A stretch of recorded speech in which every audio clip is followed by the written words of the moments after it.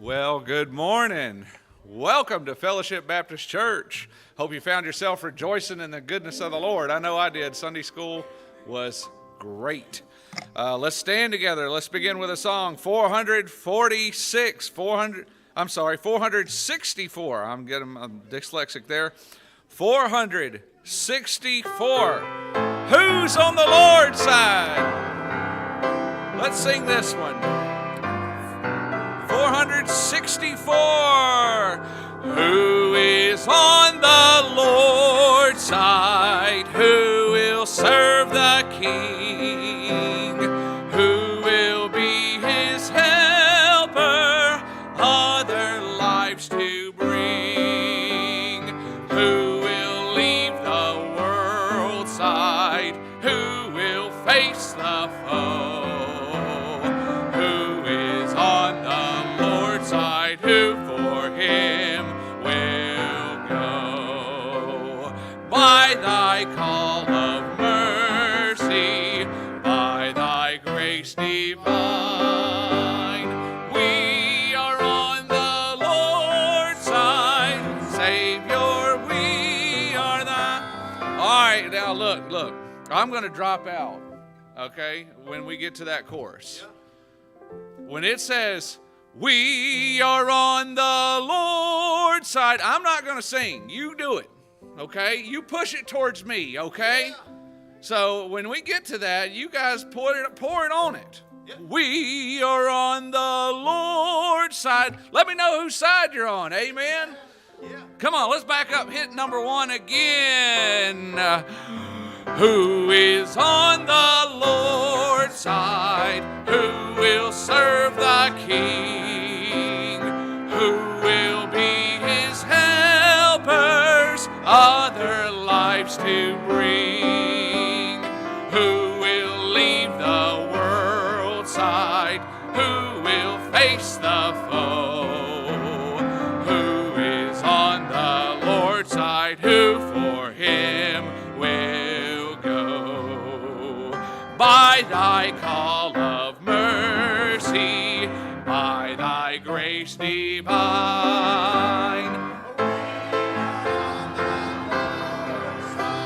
Savior, we are the... Amen. Y'all did good. Amen. Number 2, listen to this. Not for weight of glory, not for crown and palm, enter we the army, raise the warrior's psalm, but for the love that claimeth lives for whom he died, he whom Jesus nameth must be on his side. All right, here we go. Not for weight of glory, not for crown and palm, enter we the army, raise the warrior's psalm, but for love that claimeth lives for whom he died, he who Jesus nameth must be on his side. By thy love constraining, by thy grace divine, we are on the Lord's side. Savior, we are... And we got to hit number 4, because fierce may be the conflict, strong may be the foe, but the King's own army none can overthrow. Amen. We read about that this morning in Sunday school. And then when you jump on down, what does it say? Joyfully enlisting.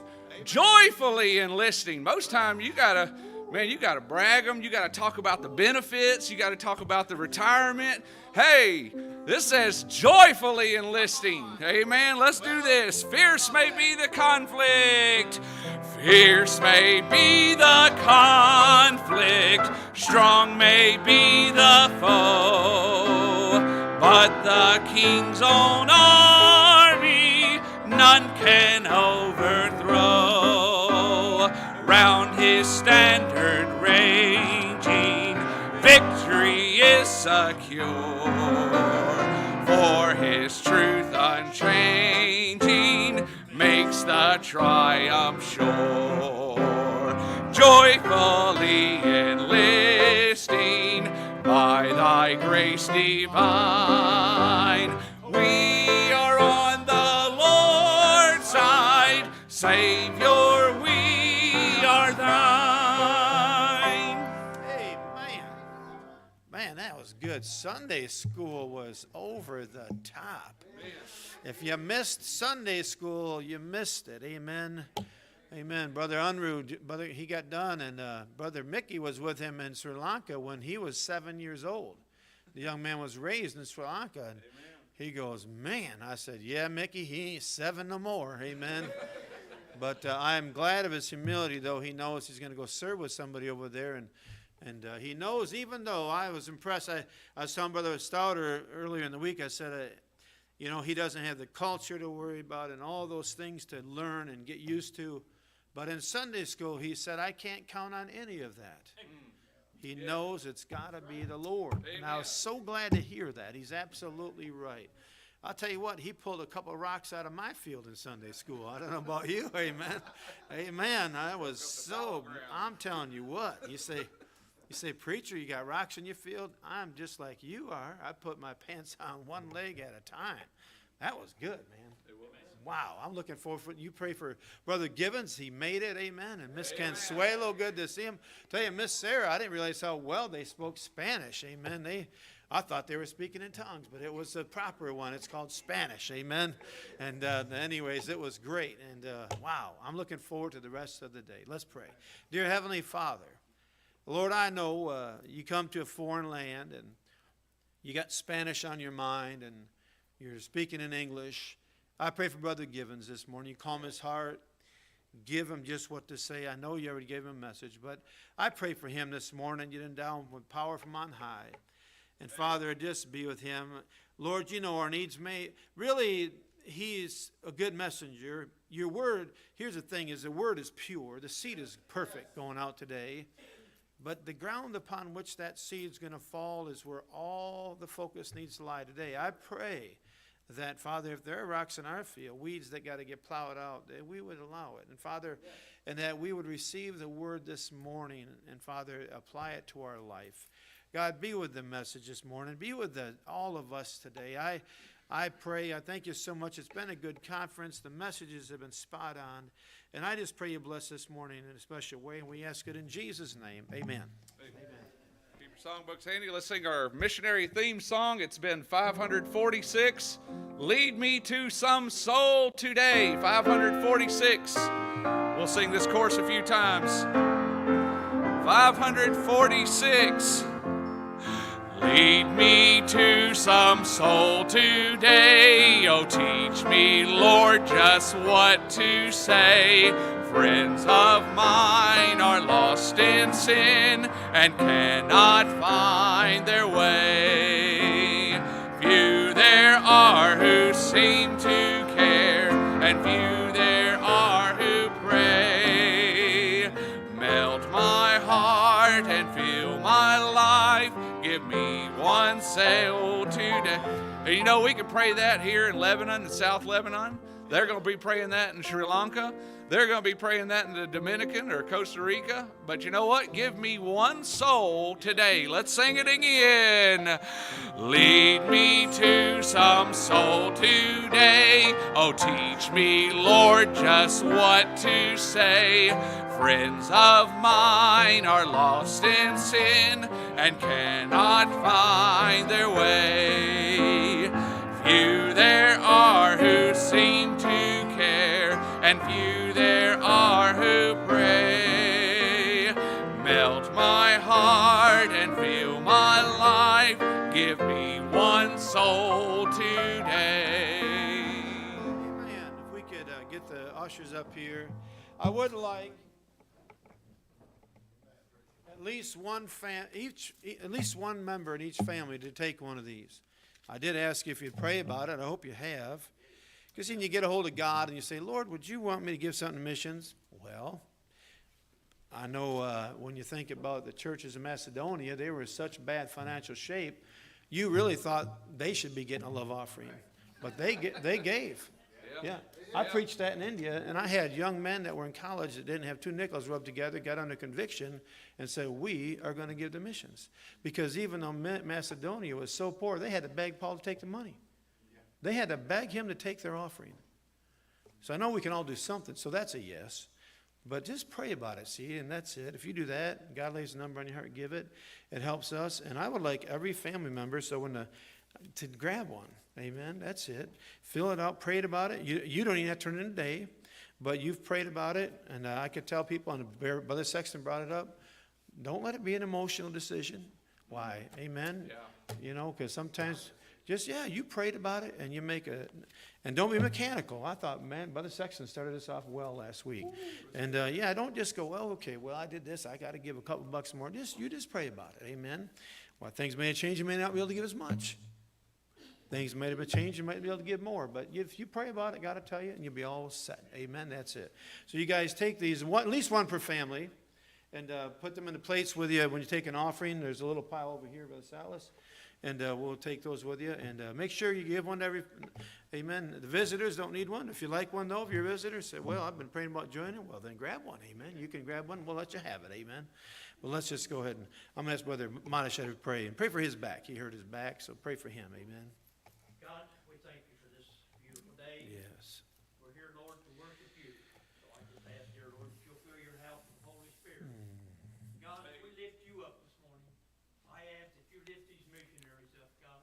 They travel the world to get your word around. So, God, I just ask that you bless them in a special way. Now, Lord, we thank you for your goodness. We thank you for your mercy. We thank you for your grace.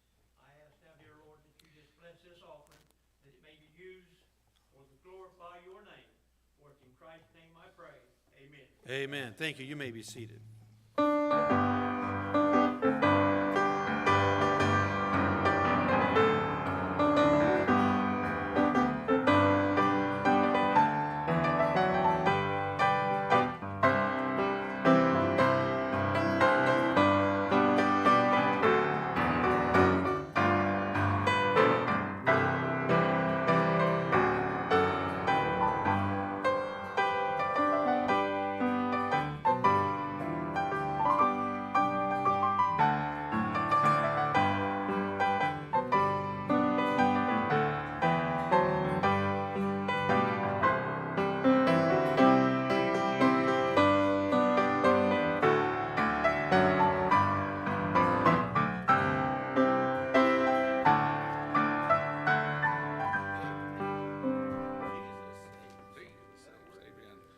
If you have your announcements, I'll go over a few. If you have your bulletins, I'll go over a few announcements.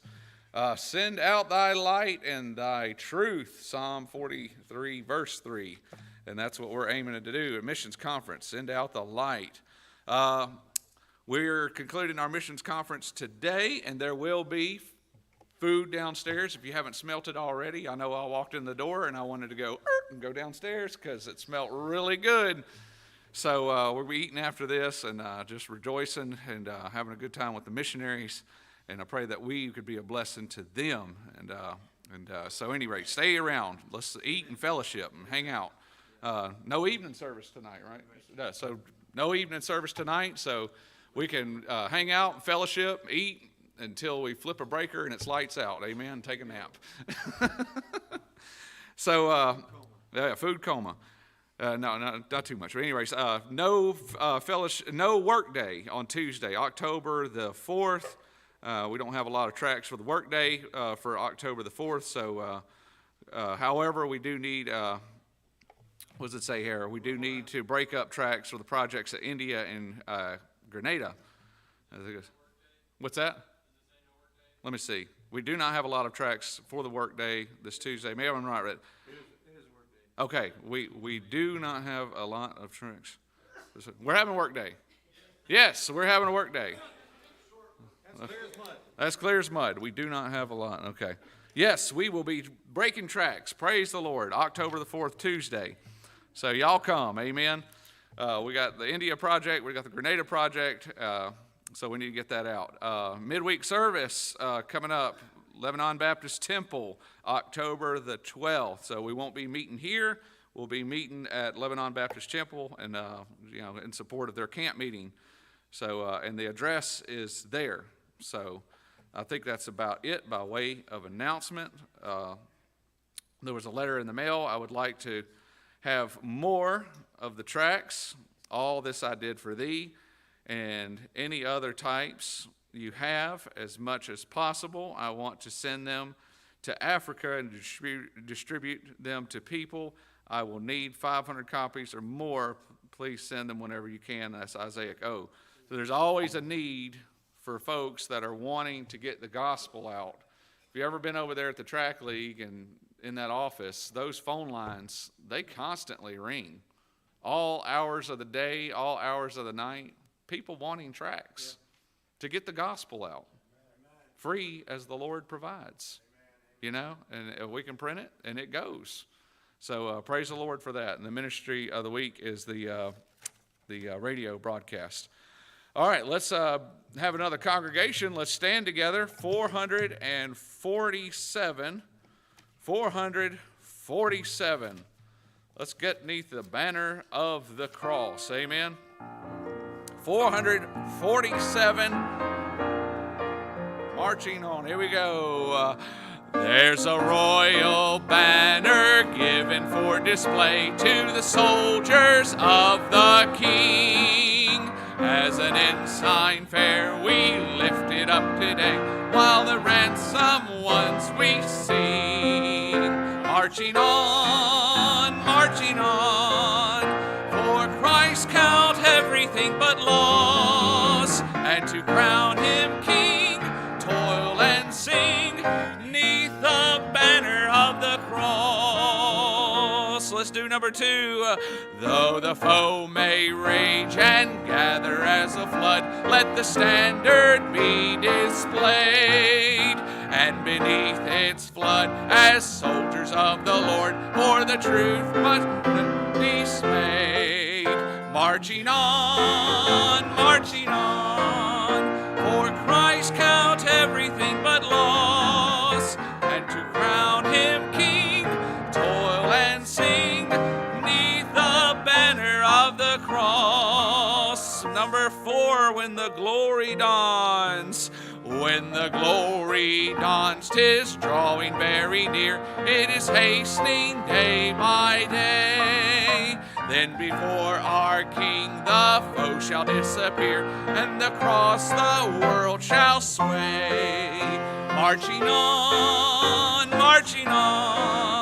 for Christ count everything but loss, and to crown him King, toil and sing, neath the banner of the cross. Amen. You may be seated. Amen.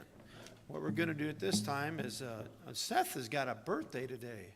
Seth Carrico. We're not going to have an evening service. Now that, are you going to be here next week, Brother Carrico? Oh, what can we do for this? We usually take up an offering for the kids. We call it a $1 and change offering, of course, and they get that Sunday night. We usually do it, and now we're not going to have an evening service. We got to figure something out with that. Wednesday night, maybe? Yeah, that's... Well, we got to take care of the young man. We like to do that, and I don't want to leave anybody out. And it's a nice gift for them kids. I want to do this at this time, though. And he's a young man, actually, and I definitely can't call him a kid. He's bigger than me, I think, now. I think he's taller than I am. I don't know. He's getting there. And but I'd like to do this at this time. Brother Wells, if you come up for just a minute, take a couple minutes and talk about your ministry, and then got a little something for you up here as well. Amen.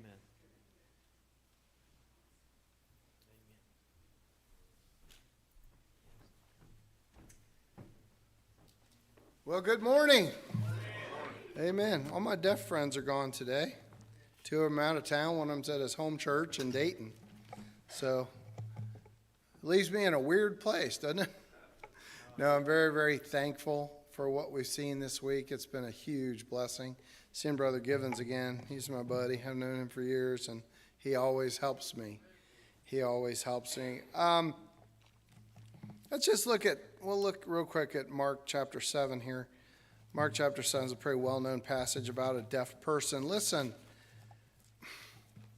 I echo the thoughts of Brother Unruh this morning. You all are just, you hear words like top shelf and over the top. Well, that's how you are when you deal with people that are trying to get the gospel out. That's how you are. And I echo every sentiment. The hotel's been great. The friendship has been amazing. The love offering, as Brother Unruh said, just it's hard to do it justice with words, you know. And you know, for us, we're not really strangers, are we? How many of you are seeing me now for the first time ever? Anybody? Just a couple. So we've been friends for a long time, and I'm really, really thankful for not only for your love for us, the opportunity to serve here at the camp meeting for what's going to be 16 years now in May, Lord willing, if I'm back. Amen.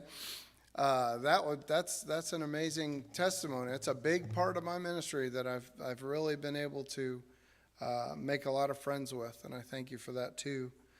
But when you think about deaf souls, and the challenges that they face.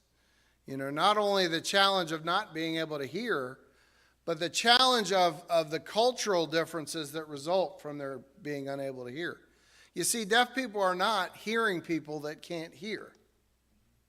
Can you remember the story of the Tower of Babel? There was a unity that these people had, and originally it was rooted in language, wasn't it? And they were going to do this thing that was against the will of God, and God said, let us go down and confound their languages. And when the languages were confounded, the work didn't get done. Amen? Yeah. And so, you know, however many languages the tract league prints, you know what you're trying to do? You're trying to take that language barrier away and get the gospel out. Amen? And so, as a person that works with the deaf, that's my responsibility, to take the language barrier away.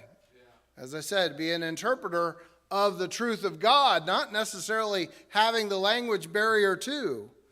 Amen. And so here we are in Mark chapter 7. In verse 32, it says, and they bring unto him one that was deaf, and had an impediment in his speech, and they beseech him to put his hand upon him.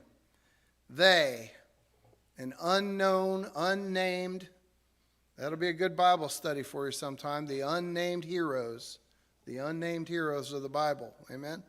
Little boy with a lunch, little maid with a memory of her homeland that helped Naaman. Amen?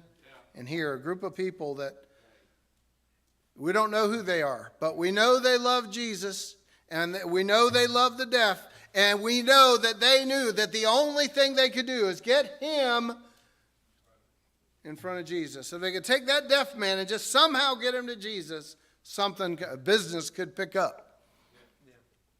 And that's what happened. Verse 33, and he, now we're talking about Jesus, took him aside from the multitude and put his fingers into his ears, and he spit and touched his tongue. And looking up to heaven, he sighed and said unto him, Ephphatha, that is, be opened. I like it when the Bible gives you a dictionary too. Amen? Be opened. Ephphatha. Amen. Wide open. And straightway. You know how you sign straightway, by the way? Amen? Yeah. You like that? That's sign language right there. Straightway. Yeah, that's how fast I got saved. Amen? Yeah. Back in March of 1990 when I asked Jesus to save me. Amen? Amen.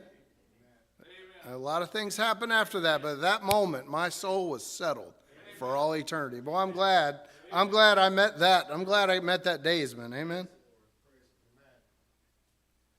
But this deaf man, he could speak plain. He could hear. He was deaf no more. Amen? But it was more than that. He got Jesus. And that's what the deaf need. That's what the deaf need. And so I thank you so much for the time to just get you thinking about that. And if I can offer a challenge here, and again, I'm not here to hurt people. I want you to give some thought to the deaf people that live in this area that are not named Ralph, Barbara, and Bruce. How wonderful would that be if I could, Lord willing, if I could drop in May and have some new friends to meet.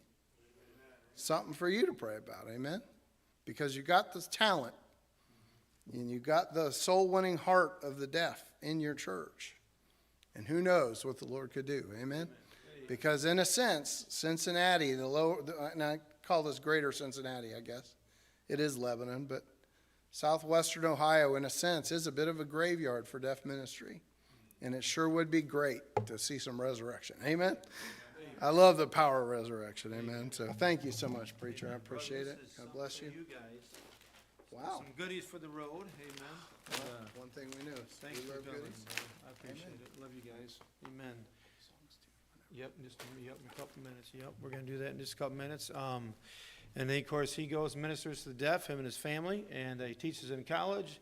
And he's, not just witnessing and teaching in school, he actually teaches these young men and ladies in the college how to minister to the people. So when you invest in them, that's what you're doing. You're affecting all around the country. Amen. I'm going to ask Brother Andrew, and if you want to come up, you both come up if you'd like. Just take a minute or two to talk about your ministry, a couple minutes. And man, if you weren't in here for Sunday school class, you really missed it. And I would watch that. Amen. Amen. Thanks for being with us, you guys. Well, thank you, Pastor, for this opportunity once again. Thank you, church, just for this week. We've really just enjoyed getting to know y'all and to experience your hospitality and generosity, and have really enjoyed just getting to see the ministry. Even getting to go to track league the other day with Pastor was such a blessing. But if you weren't here during the week, my name is Jeremiah, and this is my wife, Abby. And then we have two young boys, William, he is 2 years old, and Walker is 5 months old. And we're planning on going to Sri Lanka. And so we've been on deputation for a little over a year now, and right about 60% of support. And so what we're praying about is being able to get to the field of fall of next year.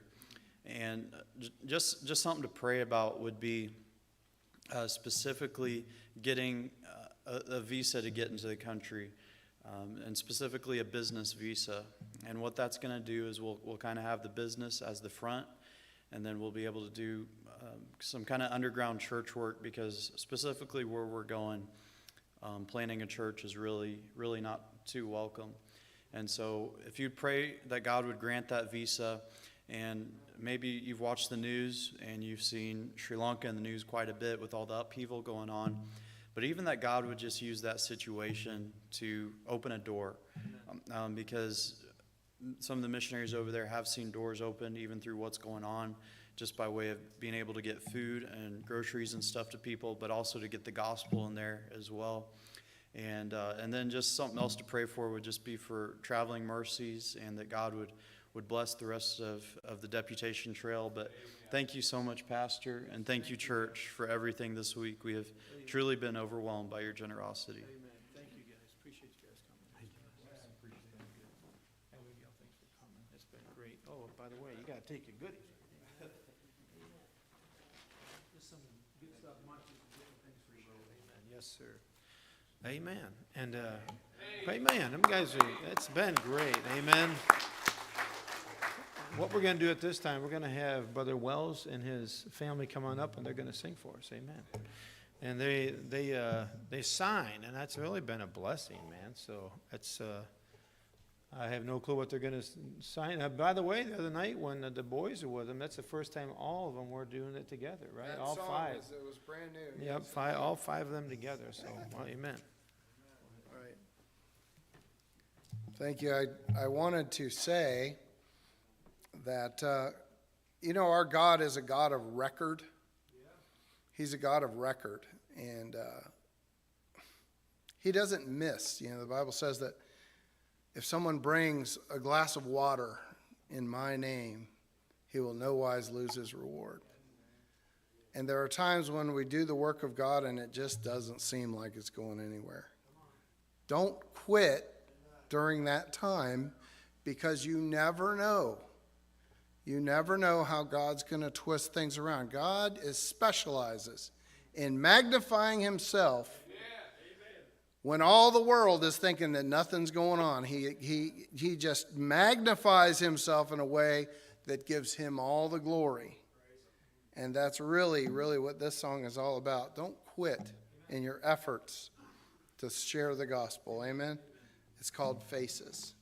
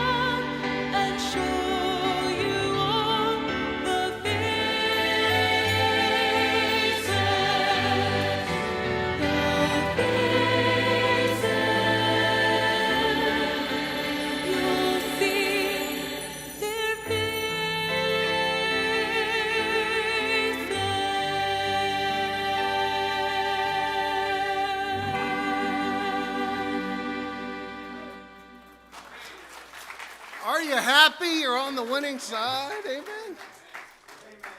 I love that song we just sang. There's nothing's going to overcome God. Jesus is our captain. Amen. We're on the right team. Amen. So one more song we'd like to do. Very excited about the preaching this morning. I'm going to have my boys come. This is a victory song. If you feel like shouting, help yourself. Help yourself. Amen. Hey, you can have a camp meeting anytime you want. Amen. Holy Spirit of God gets in there and squeeze that heart and them tears come out. Let him know. Amen.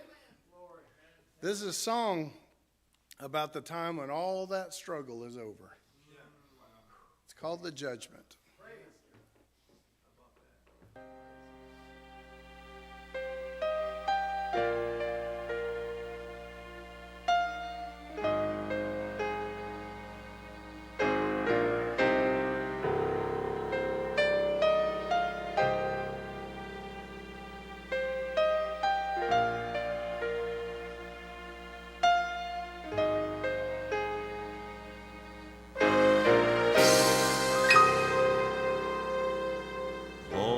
Still, heaven is silent as the mighty judge ascends the throne.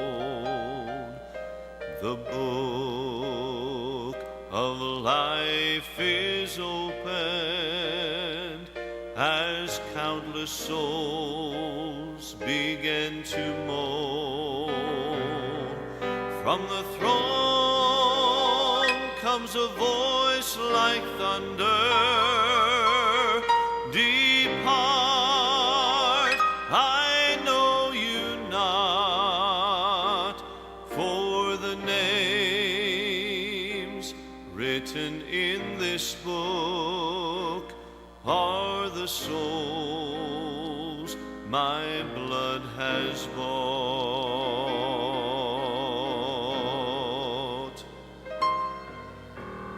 Faces turn as into the courtroom comes the very seed of sin.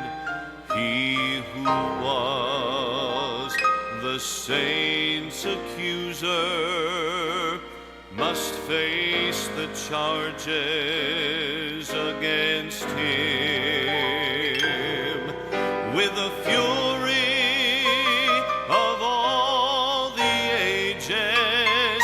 That demon voice begins to cry, it's not fair, I almost had you on Golgotha, I watched you die.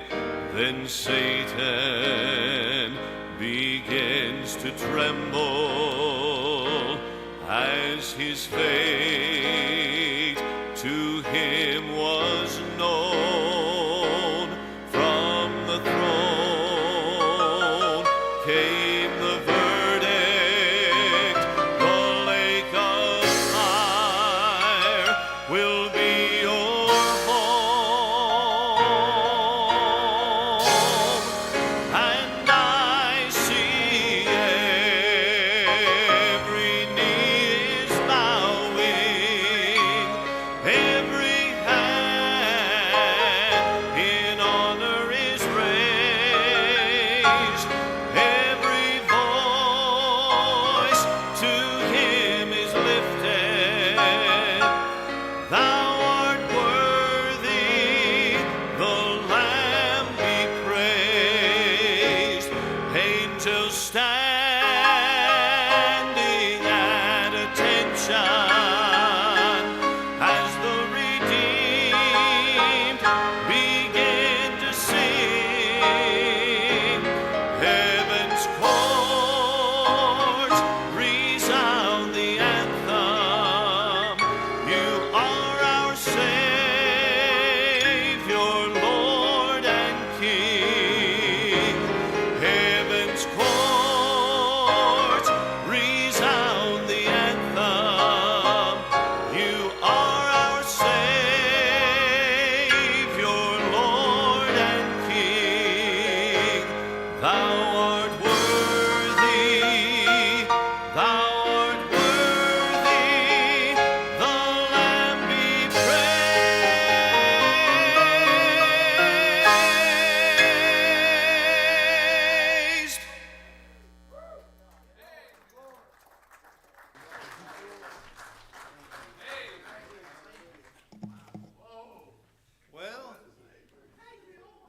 think when that song started, though, how there be some, guess what? They're not going to glory.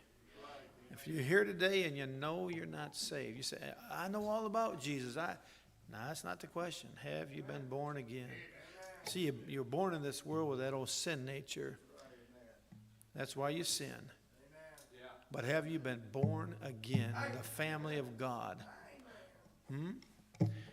When you are, you know what? He changes you.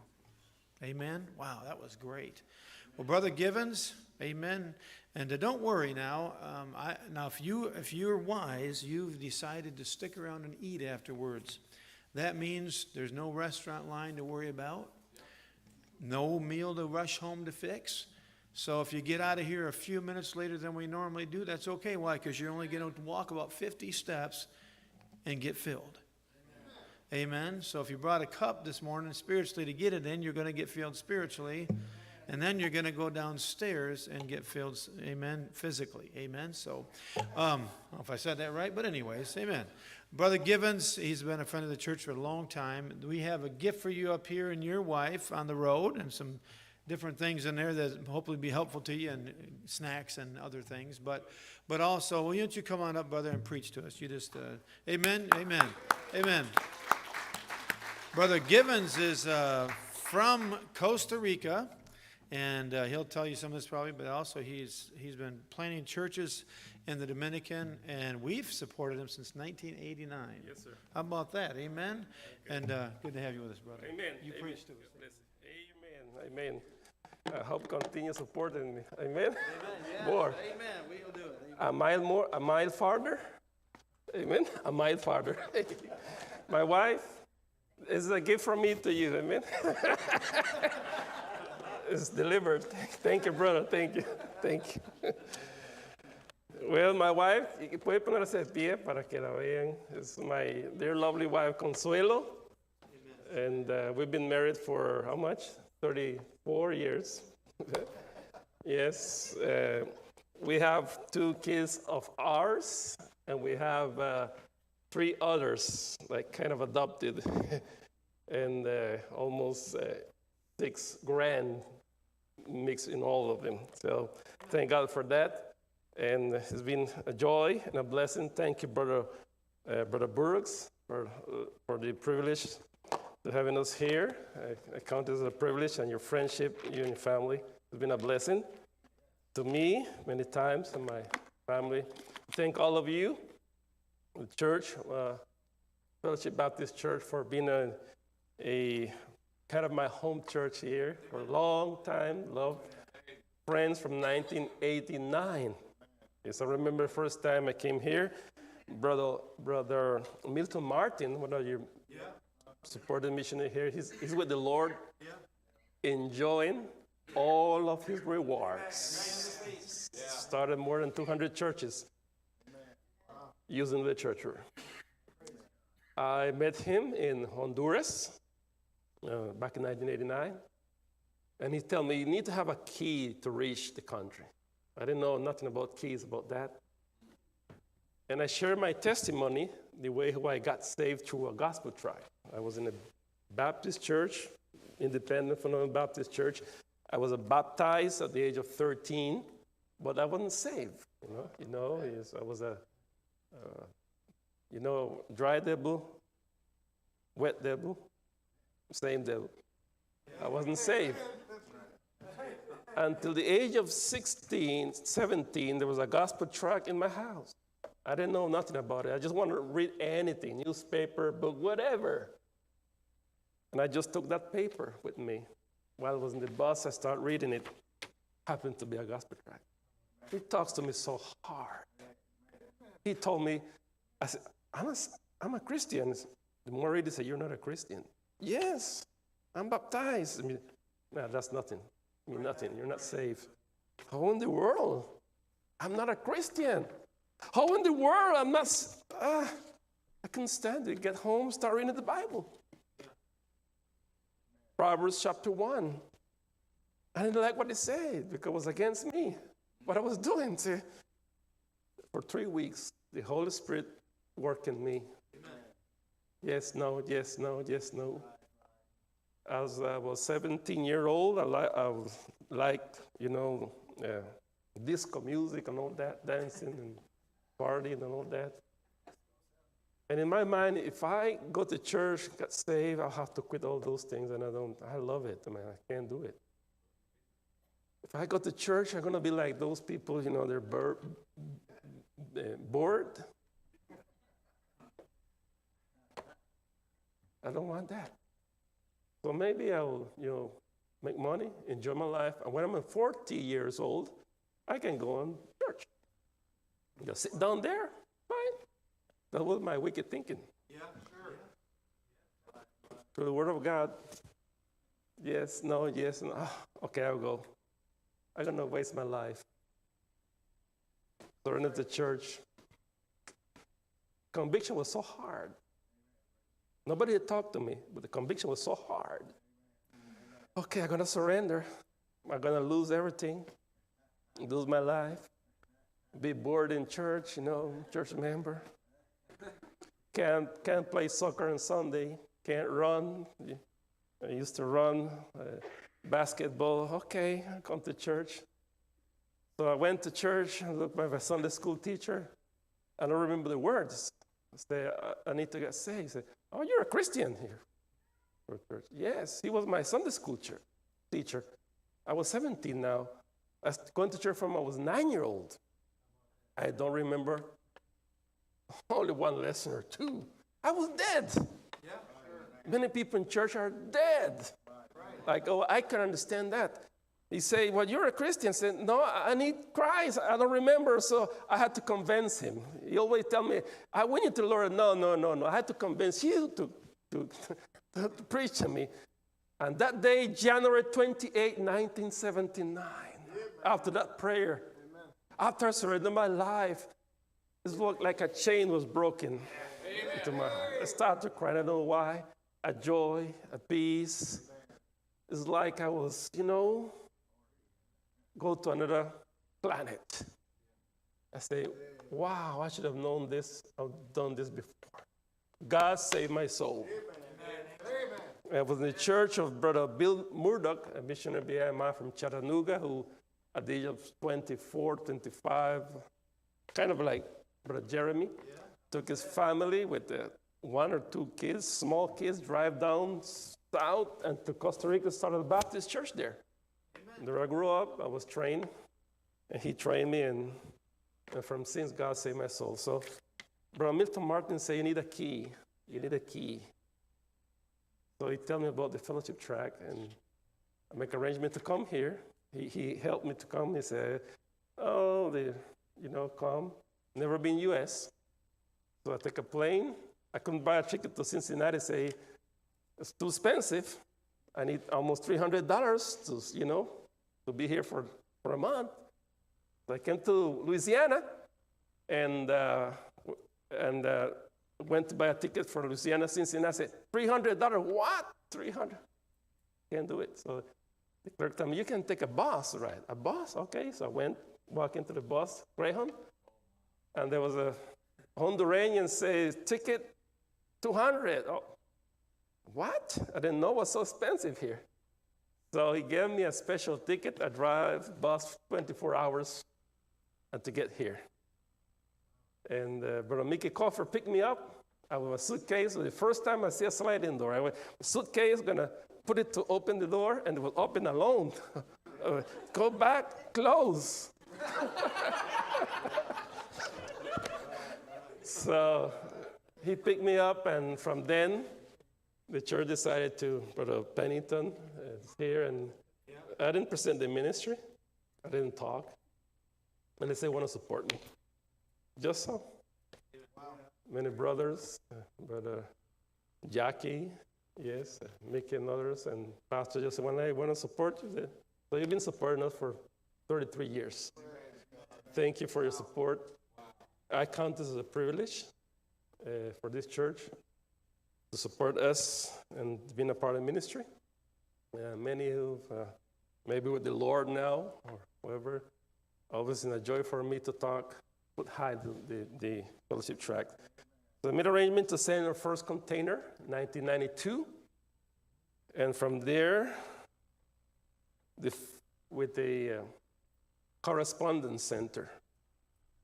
And the first letter, because we have a address, the first letter received in Dominican was from somebody in the jail in California.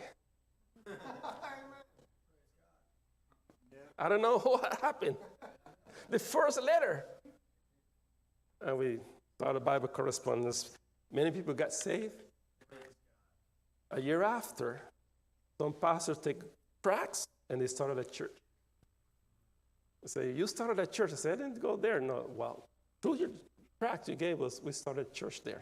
So they say that I started a church. They didn't start a church. You did. You helped. It was fellowship tract. So we receive almost a 45 million tracts, 5 containers. The first container have Bibles, New Testaments, John and Romans, Bible courses, and the others just tracts. So 45 containers. 5 containers, 45 million that passed out around the country many times. Many times. Many people got saved. Church started. Ministries, people asking for tracts. The last container, I made a mistake to put my phone on it for contact. Facebook, phone, whatever. So almost 9 million people have my phone number. I received a note voice, 3 days ago, somebody say, please come to my house and teach me the gospel. I'm here, so what I do, I just send somebody over there, and they go and do it. That's the impact of the printing page. That you have helped us, and in the name of many people who don't know you, and some who say, tell them thanks, thank you for what you've been doing for all these years in impacting the Desert Ministry. So I just want to, again, thanks, Fellowship Tract, thank you, Fellowship Baptist Church. I've been speaking English for a while, so my tongue needs to be loose, probably after the food. Thank you with all my heart in behalf of many people who got saved in the Dominican and other places. We took tracts to Nicaragua, tracts to El Salvador and to Costa Rica. I have in a suitcase, and they always take it away from me, security, because they think this is money, is bills, What is this? This is gospel tract. Every time they stop, because they think it's just money bills, dollar bills. But I have the opportunity to give them one. So, and we're right now in furlough. Last furlough was back in 1995. And we've been under-supported, and we don't own a house. Right now, don't own a bed, refrigerator. We don't own a dining room. Don't own a whatever, blender, whatever. It's only books, and that's the way. No pension, no whatever, no retirement, but we're happy. God has been blessed us, supply all our needs. We give out all those 33 years, 7 churches planted, 6 is still going on. Pastors out of these churches. We start upper higher class church, middle class church, and lower poor people church. Lord enabled us to start 2 Bible institutes, one in Dominican, another one in Salvador. Lord enabled us to travel different countries and mentor pastors and mobilize for missions, evangelize, disciplize. That's not the word to say, discipleship. And we also helped to start a church here in Wichita for almost 4 years. I travel every 4 months. Pastor require us if we could come and help this man start a church or help him out, and we've been doing that. And also starting a new effort in Florida also.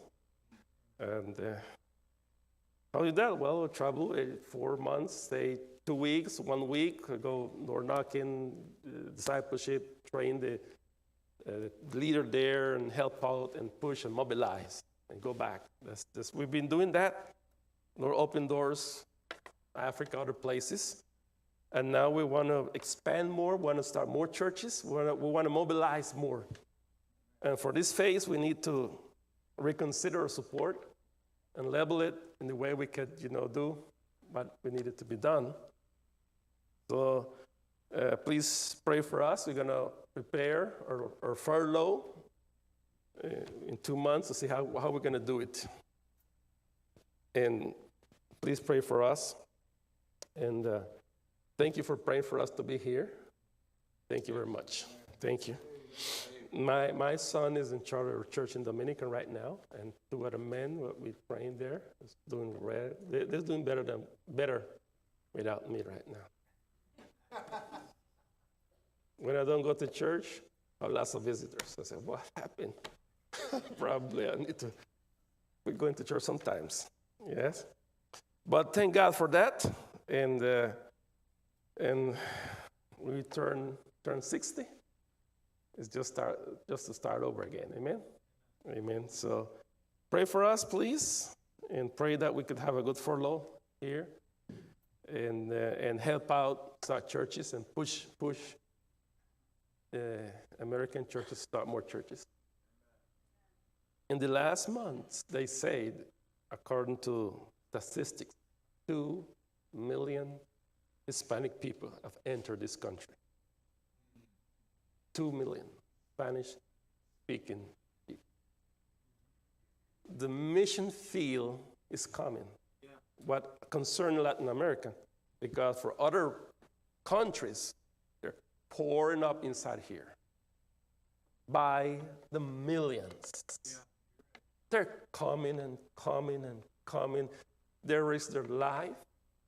They risk anything. Yeah. They sell their soul to the devil. They'll sell their grandmother if they can. Yeah. Come. Knowing they could die, but they come. So millions.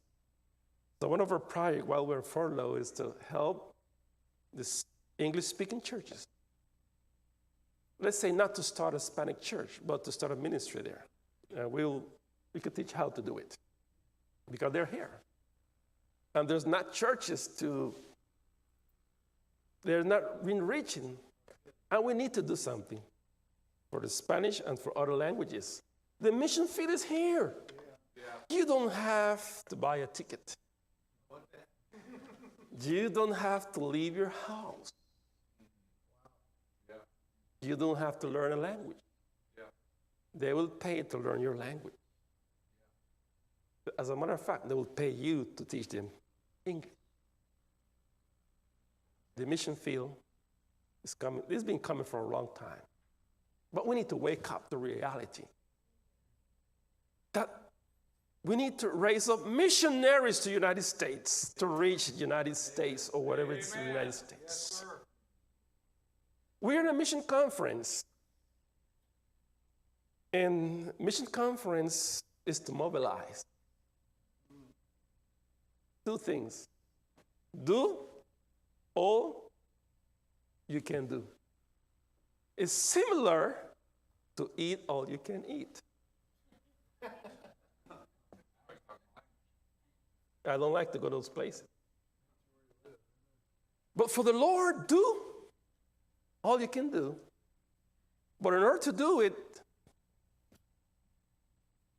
how far will you go? I'd like to challenge you today, after this wonderful message of Brother Jeremy that was convicted. And I'm encouraged to see young missionary like Jeremy. I don't know if he's young or not, but seems a lot young. I don't know if you have plastic surgery or whatever, but you seem young to me. You seems young to me. 20s, 30s, more or less. I don't know the age of your wife. I don't go there. But I'm encouraged to see missionaries, young missionaries. God is still working in our churches. God is still calling teenagers to surrender for be a pastor, missionary. And that's his goal. If churches could take a missionary like this, and they could go farther than just giving a 50, 100, 200, whatever it is, which is a blessing, it could be in the field just like this. A church can raise up $12,000 just in a Sunday morning and having $1,000 monthly. How is 3, 5 churches could raise up that and just in one service and have a man who's going to be a pioneer? You listen to him. I've listened to many missionaries. It always happens wherever I go, light goes off. I don't know. So I'm going to challenge you to go farther. We can. The time is over. Christ is coming. We were in Florida and the hurricane, I didn't think the hurricane was coming. I'm coming from a hurricane place. I feel so bad I couldn't be here Wednesday because I wanted to come before. And I looked for a ticket. As Brother told me, I know traveling is not so easy. I couldn't get one until Wednesday, 3 weeks in advance. But Tuesday called me, airport is closed. Wow. So look for a ticket in Jacksonville, $1,400. You want to fly, you pay. I can't do that. I was so discouraged. The hurricane hit there, Volusia County. We still have no power from Wednesday, Thursday. Until yesterday, we didn't have no power. So I thank God for my wife because I gave her a flashlight a couple of days ago. I got one for her and for me. And Wednesday, she had a flashlight. I don't remember where were mine. I said, I have a flashlight. So we have light. She's wise. Where is it? So we just eat cabbage, tuna, sardine. So we don't make coffee. The stove is electric. Oh. Everything is electric. Without power. What is this country without power? What is a Christian without power? There was trees come off, and there was you couldn't get out of the house for law until Friday morning, 7 o'clock. Nobody outside. It was a law. I don't know how you call that here. Nobody. Curfew, yes. They'll take you. So I stay in the house. I don't want to see police. Yes. And so we're there, enjoying ourselves, and the breeze and everything, and praying for those people in South Africa that lose lives. You know, many people are suffering today in the United States. The first person who died, passed away, he went and looked in his pool. He said, well, I want to see my pool. I don't want the water to come out. 1 hour after, he didn't get in. His wife has to call the police. They find him dead.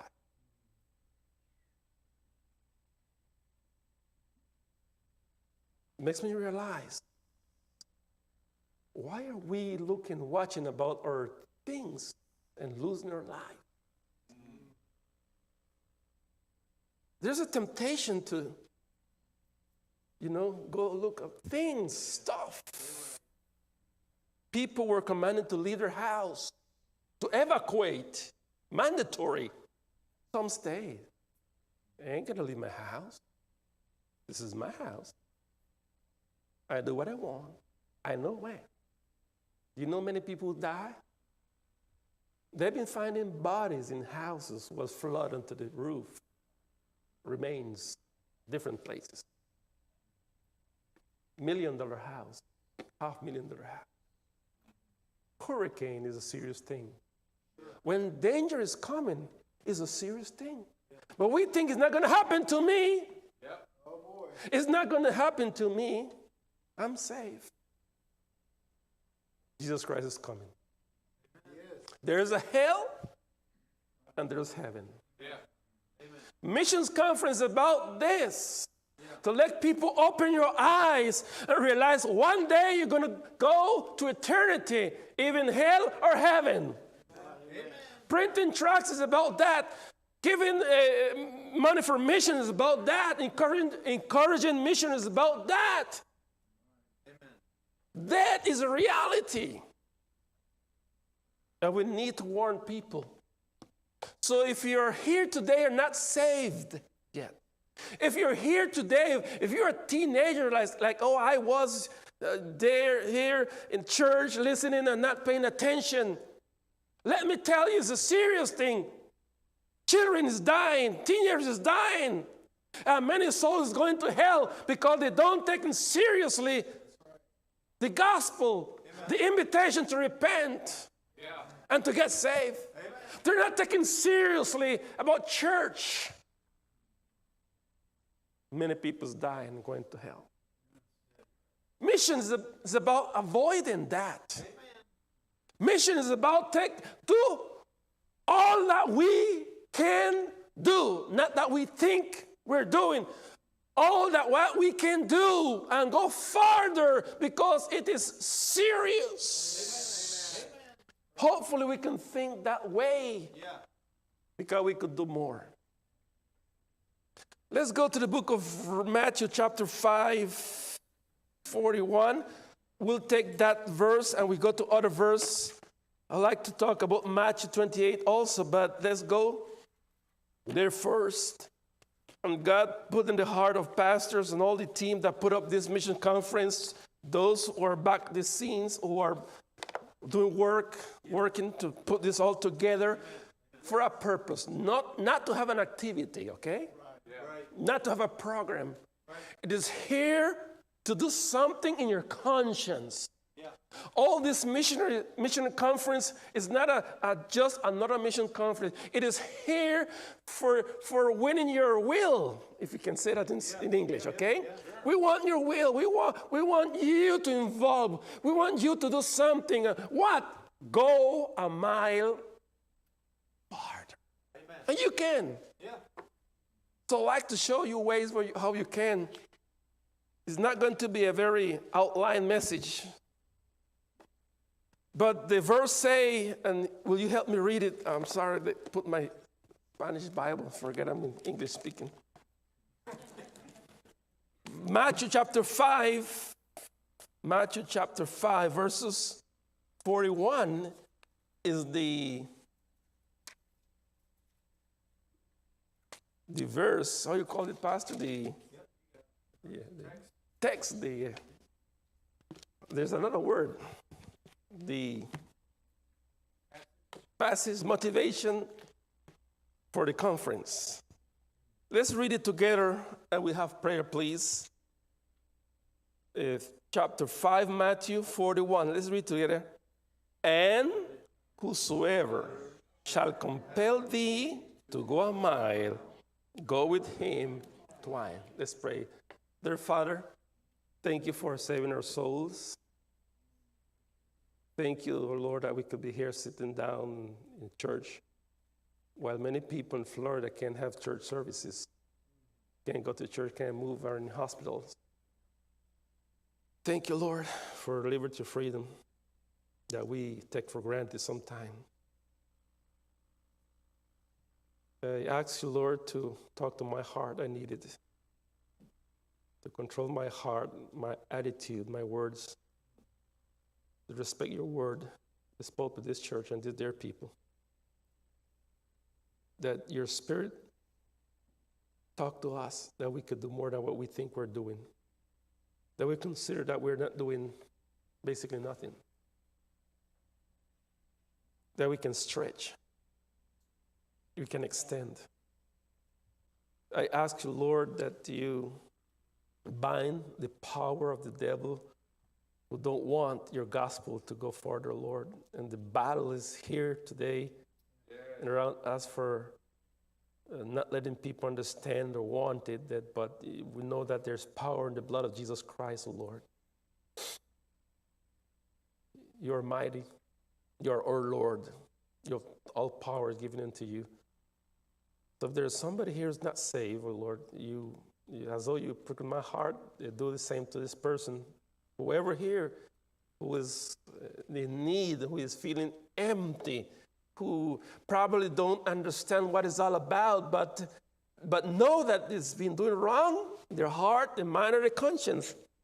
May Holy Spirit convict of sin of somebody here, a teenager, an adult, an elderly person, a man, a woman, boy, girl, who need to get saved. And Lord, I ask you to send missionaries.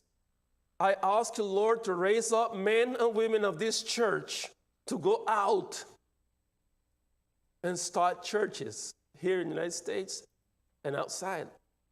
I ask you, Lord, to touch the conscience, the heart, the mind, and the will of people here that we could wake up, oh Lord, and go farther. Use your word, oh Lord, in Jesus Christ, we pray. Amen. This passage is part of the first message or extended message of our Lord Jesus Christ. Yeah. We ought to preach Jesus' message. This is not our message. We call ourselves Christians. Probably shouldn't call ourselves Christian. We should make others call us Christians. As they see that we really walking into his steps. Amen. We need to win the right to be called Christian. Thank God we are loved by God. Amen.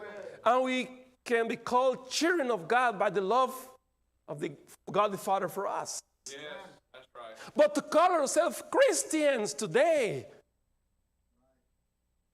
to put on us such a big name, even so to say, I'm a church member, I'm a believer, we need to be careful. Think it over again. And probably start acting it first. When the Lord Jesus Christ teaches this, the Roman Empire was in power, but the most wicked, the reprobate, and depraved, what do you call that? Depraved people, government. And any soldier has the authority to see somebody. He'll tell the person, come on. He'll tell this, Brother Meek, you come on, take this and put it somewhere. So Brother Meek will take it. Can't complain. If you complain, just slash him. Okay, you told me to bring it here? Yes, but go farther another mile.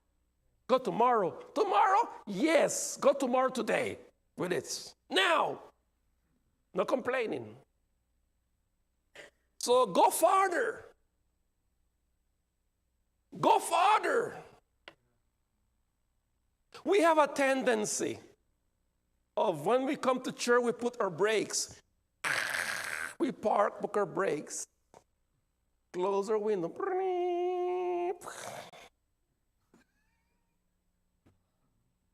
Touch the button for the message service. When you think is enough, you just disconnect it and you're there. Yeah. Oh, wow. Come on. Man. You do this, 11 o'clock.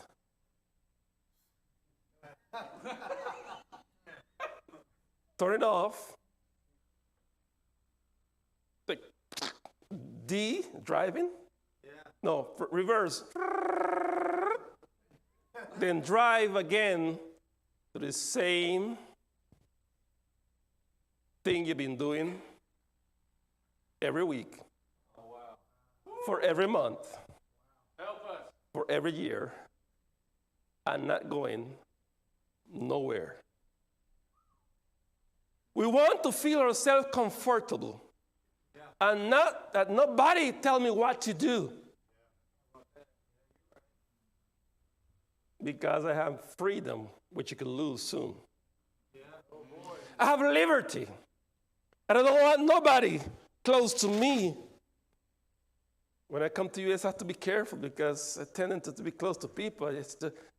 I'm not everybody the same, I'm sorry, but God bless this country so much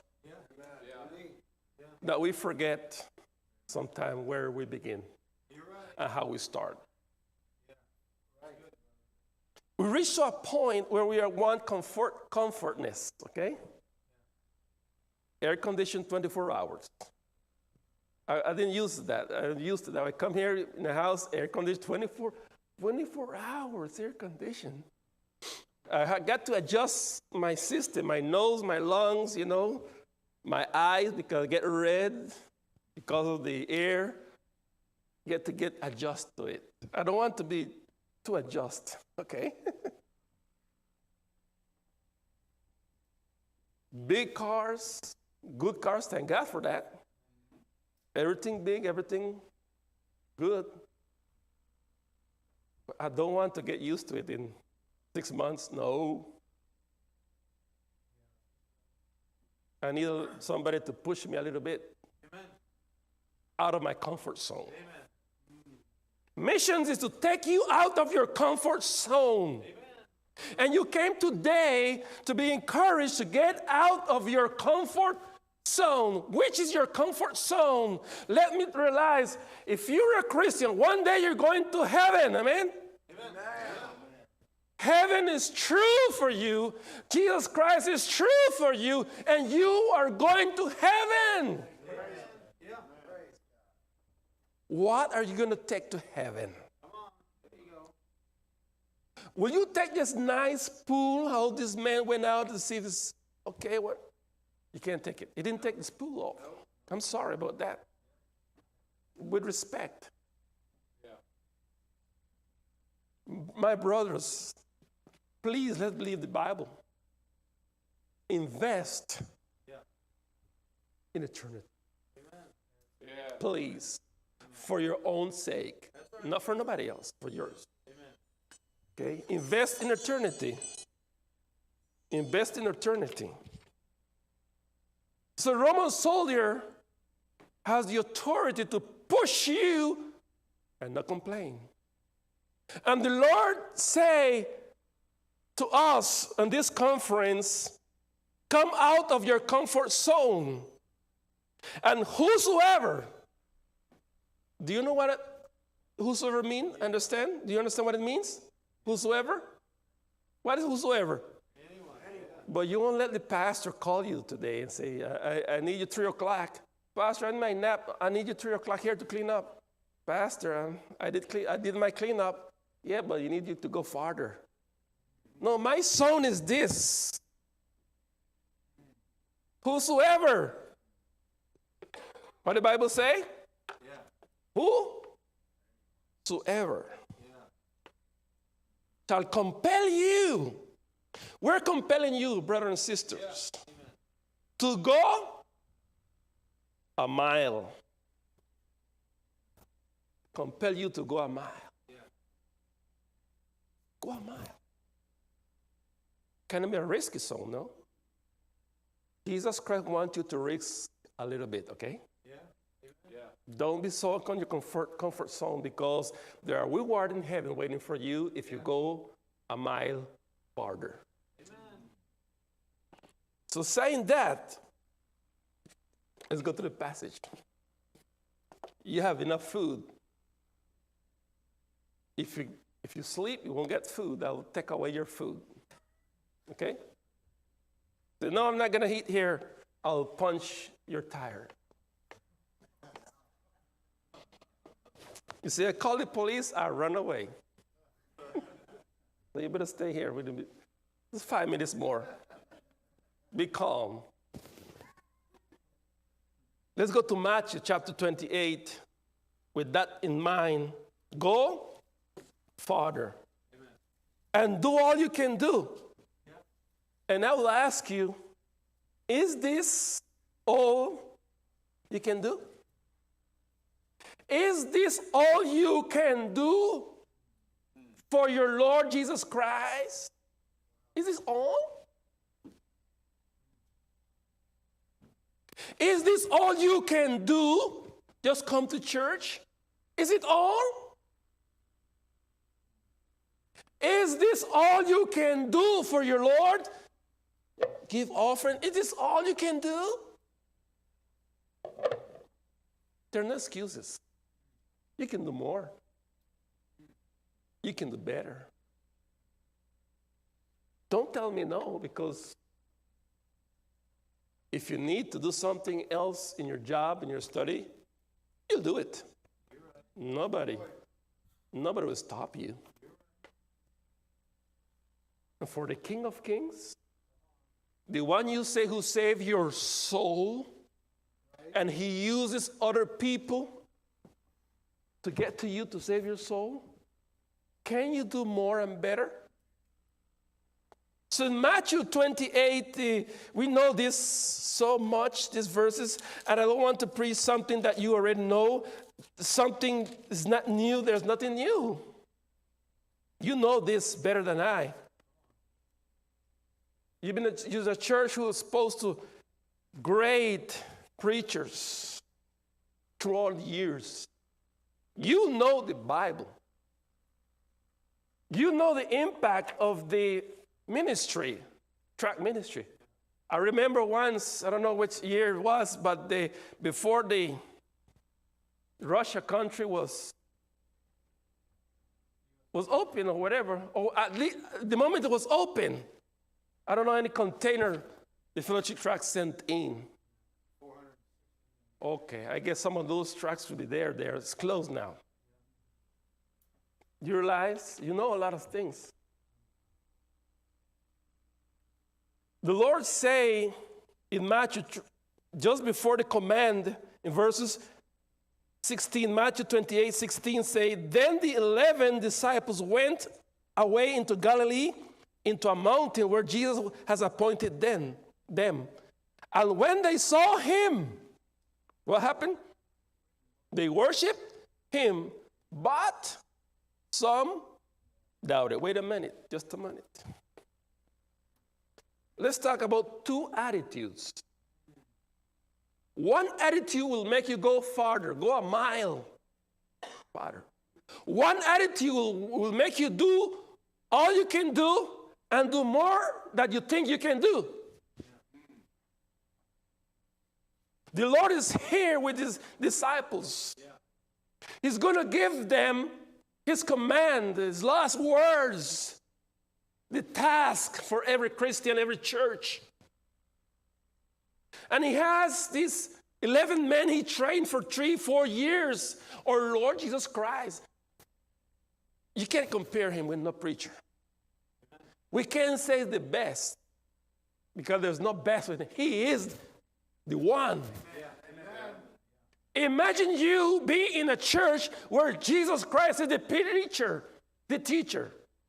Imagine you being in a Bible Institute, university, where Jesus Christ, the chancellor, the teacher. These men was there. And still when he resurrected and appearing to them, there was two attitudes. Which attitude you are today? One, the first attitude say, and when they saw him, they worship him. Jesus Christ is coming. He's coming again. He is coming again. And he can come right now, later on tomorrow. But he is coming. He left a task, and this task is to go and take the gospel around the world. His task is to evangelize. Every Christian should be evangelizing. Amen. His task is to make disciples. And I'm encouraged to see this brother here. I was thinking, where he at? I didn't see him, but he has a mustache. He's just... I remember when he got saved, brother. This brother was preaching the gospel. Brother, sorry, my brain is not so bright to your name right now. He's here. And I witnessed where Pastor was discipling him. And he's here. Fresh blood. We need all these chairs. empty spot filled up with people like him. I say him because that's what I came here 3 years ago. I don't know about many of you. I see new faces. God bless you. But in order to do that, you have to go an extra mile. Amen. You have to quit your mentality of coming to church every Sunday to listen to messages because you already have it. You don't need no more message. I'm sorry, Pastor. You can quit service tonight. You don't need no more. You don't need another sermon. You already have it. You already understand it.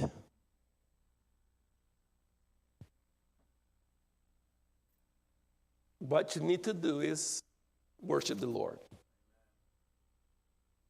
They sing a song, Brother Wells' family, of what a verse I'm going to say. But in Philippians chapter 2, and you can read in your house, and Revelations chapter 4 and 5 was about what they were singing. Philippians chapter 2 said that everybody that existed from Adam to the last human person have to confess, have to make a profession of faith. Amen. Every living soul has to confess Jesus Christ and say He is the Savior. Praise Him. Yeah. Praise Him. That is the goal of evangelizing, making disciples, starting churches, is to glorify God. Amen. Amen. So he said this in Philippians chapter 2, verses 9. Philippians chapter 2, 9. I have in a new Bible. Okay, I got it. He say, wherefore God also hath highly exalted him and given him a name which is above all name, that at the name of Jesus every knee shall bow, of things in heaven and things in earth and things under earth, and that every tongue shall confess that Jesus Christ is Lord, to the glory of God the Father. According to the Bible, everybody has to make a profession of faith. Every soul. But there are two ways in doing this. There is a will, a way that you personally will to do it when you're alive, and when you're preached the gospel and you say, yes, I repented of my sin. I believe the Lord Jesus Christ, and I want to be saved. Accept Him as my Savior. He is God. I'm going to serve Him. I surrender my life to Him. I bow my knees. You are Lord. You are Lord. Yes, sir. I am not my Lord. I'm not going to fight against you with arguments. I'm going to do what you want to do. I'm going to put down my plans, my projects, my comfort zone, because you are the boss. You are the king. Amen. I love you. I want to serve you willingly. While you're alive, it's time to go a mile further and do something for the Lord. While you're alive. But if you are here today and don't know Jesus Christ, we encourage you to confess with your mouth, surrender to Him while you're alive. Amen. Because according to Revelations chapter 20, 21, the Bible say, let's read it. Why is our mission conferences? Why we support missionaries? Why we pray for missionaries? Why missionaries come and go, come and go? Why we have to start churches? Why we have to send tracts? Why we spend millions of dollars, thousands of dollars, hundreds of dollars? Because we want people to get saved before they die. We want people to confess willingly the Lord Jesus Christ. Amen. Because it's not, Revelation said, and death, Revelation 20, you know the passage, 20:13, and the sea gave up the dead which were in it, and the dead and hell delivered up the dead which were in them, and they were judged every man according to their works, and the dead and hell were cast into the lake of fire. This is the second death. And whosoever shall not found written in the book of life was cast into the lake of fire.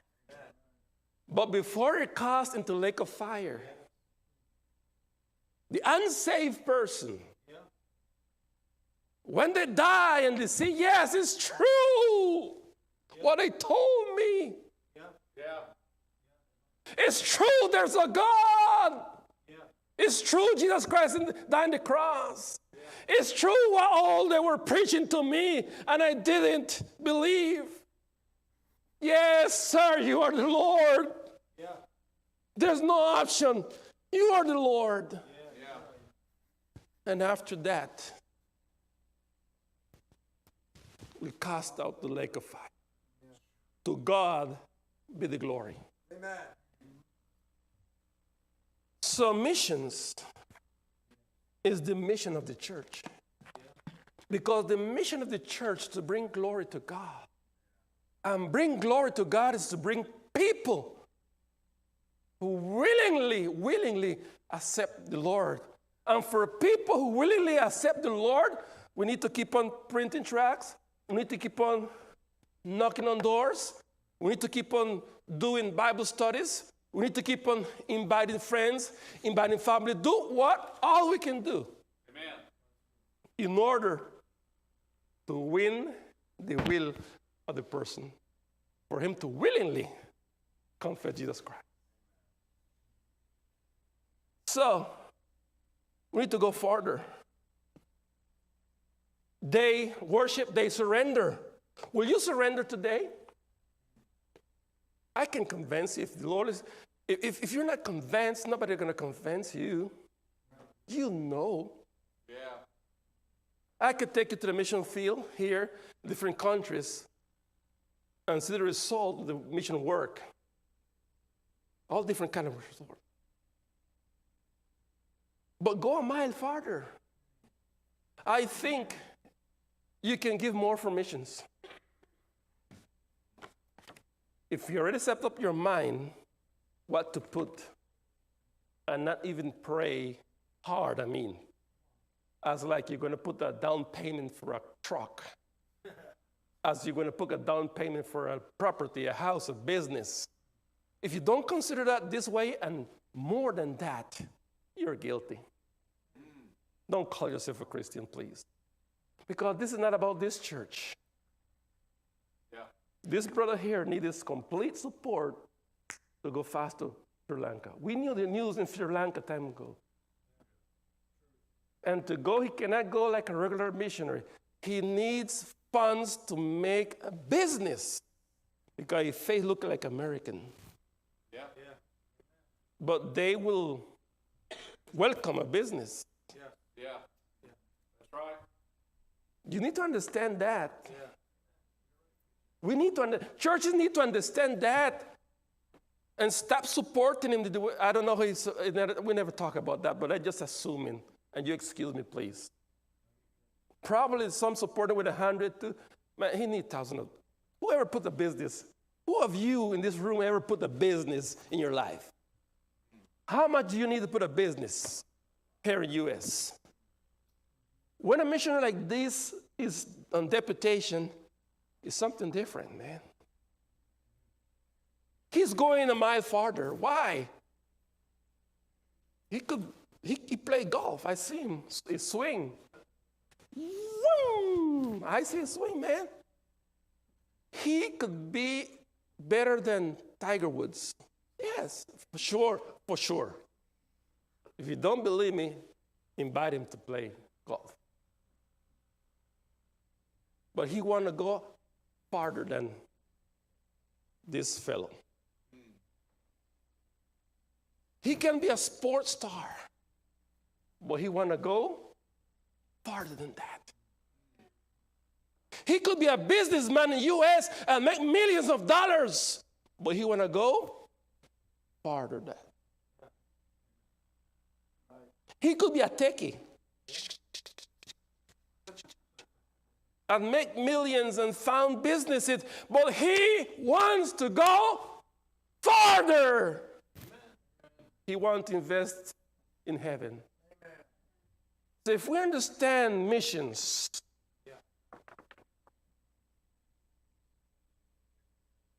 you can go farther. You can do better than this. You can do better than $1. Probably can do better than 2.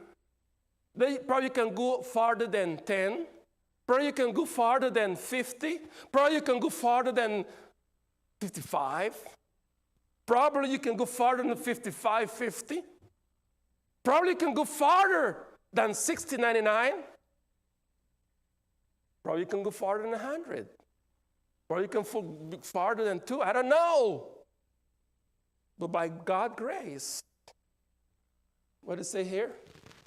How far would you go? Get out of his comfort zone and invest in eternity. Go the extra mile. Is this all you can do for your Lord? When you bow and confess his name, you need to bring something to the Lord Jesus Christ. The last attitude that we ending up. I see like you're kind of hungry now, so. Verse 17 say, and they saw him. When they saw him, they worshiped him, but some what? Doubted. That's the problem here today. Doubt. Doubt is a question mark in your mind. Oh, this fellow from Costa Rica is preaching. I don't know if this is right or what. All about this faith promise, I'm doubted. I'm doubted it's working now. Well, go and look if it's working. Yeah. Amen. They doubt our Lord Jesus Christ. Is somebody doubt our Lord Jesus Christ? Who is God? We doubt a lot of things. Yeah. Your attitude needs to change. Quit doubting. Maybe God is calling you to the mission field. Maybe God is calling you to surrender for pastors. Oh, Lord, let's do something different. Take out your mind that you have to be a career missionary. Take it out of your mind. Okay? Mission is coming here. You can go on door knocking. Amen? You can go farther. Quit something you're doing and go do something for the Lord. You can go and pass the tracts. I came here, I passed the tracts, my friend. Sometimes I may be scary, sometimes like you. I'm a human being too. Probably you don't believe it, but if you pinch me, I'm human. But I have to do it strategically sometimes, just do so and go. Because I know somebody put a tract in my house, I don't know who, I don't know when, I don't know why, I wasn't care, but these hands touch it, and God touched my heart and changed my life. And make me become a believer, call me to the mission field, and enable us for his glory to start churches and ministry. Just because of a piece of paper. Could you go farther? Stop doubting. I remember Brother Gordy Gessinger, one of my mentors, gospel track. He was, I don't remember his age, but he had retired military. He said any flight he could take, he would just jump in with his suitcase and pass the tracks and give track to mission and come back. You didn't have to be a career missionary. You can start a Spanish Bible study. You can start an English class. You don't need to learn English or another language. You don't need to learn another language. But you can have people teaching them English because they're going to learn English anyway. And while you're teaching them, you also sharing the gospel. That means go farther. Go farther. Go farther. Pray more. Stop doubting and pray more. You can pray an hour every week for missions. Read mission letters. Take notice of the request. Communicate with them. Pray and fast. But go a mile. Go a mile. I was surprised when Brother read my prayer letter. I was in Dominican. I just put the service. Not on the Sunday, but I put it later on in the afternoon. I see they're reading my letter. What's that? Alexis Gibbons in the internet? Wow, I'm famous. Wow, thank God I sent a letter. Because I send once every 3 years. Thank you, Pastor, for not cutting me off. Yes. Don't stay there listening to the letter. Ask for a copy. Communicate with the past missionary. The missionary doesn't write. Call him, say, what happened to you? I haven't heard from you. Are you dead? Are you alive or what? What are you doing? Oh, thank you for calling. I needed your call. So pray more. You can do more. Is that all the praying you can do? Give more. You can double what you're giving for missions. You can support better some missionaries. I mean the pioneering missionaries. Those on the front line. Bro, you can help more the whales. I don't know. These children is growing up. When you have children growing up, they eat more. I know for experience. Yes. But we can continue giving the same amount. I don't know nothing of this church. It's just outline I have for many churches. Amen? And the last thing, they doubted. But the Lord rebuked them. The Lord rebuked them for not believing, for not going, for not sending, for not witnessing. And he said, the last thing, I'll finish with this. And he said in verses 18, let's read it. And Jesus came and spoke unto them and saying, all power is given unto me in heaven and in earth.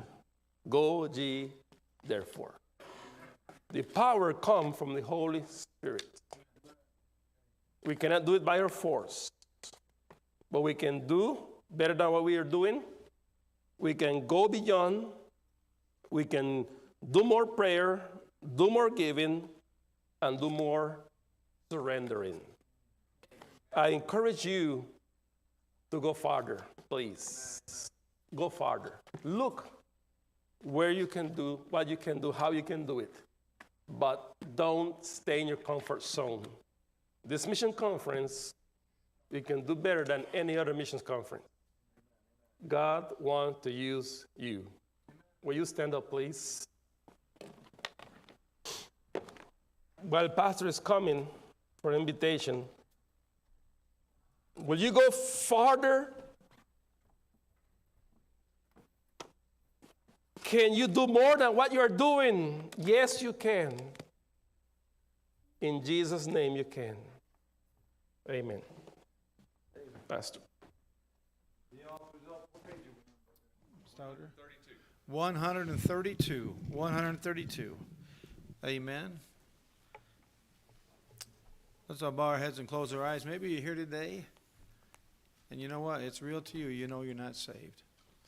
Why would you put it off? Don't put it off. Maybe you'd raise your hand and say, preacher, pray for me. I'm not saved. And I've been praying for some. I know some have been raising their hands. I'm going to continue to do that. But I'll tell you what, if you know you're not saved, why don't you get saved today? Amen. Why don't you take care of that thing today? Don't put it off another day. Because you're going to confess one day, no matter what, even if it's too late, you're still going to confess that Jesus Christ is Lord. Amen. Go ahead and lead us in this song. Am I a soldier of the cross, a follower of the Lamb? And shall I fear to own his cause, or blush to speak his name? Must I be carried to the skies on flowery beds of ease, while others fought to win the prize and sail through bloody seas? Are there no foes for me to face? Must I not stem the flood? Is this vile world a friend of grace to help me on to God? For I must fight if I would reign. Increase my courage, Lord. I'll bear the toil, endure the pain, supported by thy word. Amen. Well, I'll tell you what, it's been good, and I appreciate Brother Givens preaching and being with us. Amen. And all right, we have an amazing meal downstairs. Amen. You don't have to go home and prepare it. It's all set. Please, visiting, it don't matter. Please stick around and eat. Amen. I'd like to, if you want to sit around and fellowship, I hope you do. Amen. We're not on any time constraints, so we're going to dismiss in prayer. We're going to pray for the food. Amen. And, man, I'm looking for a good time of fellowship. Amen. Let's pray. Dear Heavenly Father, we thank you, Lord, for the preaching of your word. And, Father, I do pray that everyone here has actually prayed over their card and thinking, what would you have them do? That's what's important. What would you have them do? That's it. If they'll surrender to that, it'll be great. We'll be fine. And, Father, I know next Sunday we'll be voting on these missionaries, and every one of them is worth taking on. I just pray that they are, Lord. And, Lord, I don't see any problem there. And I just pray that you bless. I know they came out of the way. One came all the way from Iowa, Tennessee. One had to fly up in a hurricane to be with us. And, Father, I pray for them. And, Lord, bless their ministries. Encourage them, because the days get dark. It gets discouraging. We're in a great spiritual battle. But encourage them. Now I pray, Lord, you bless the food to our body. And, Father, we just ask it in Jesus' name. Amen. Amen. Let's go eat. Amen. Amen.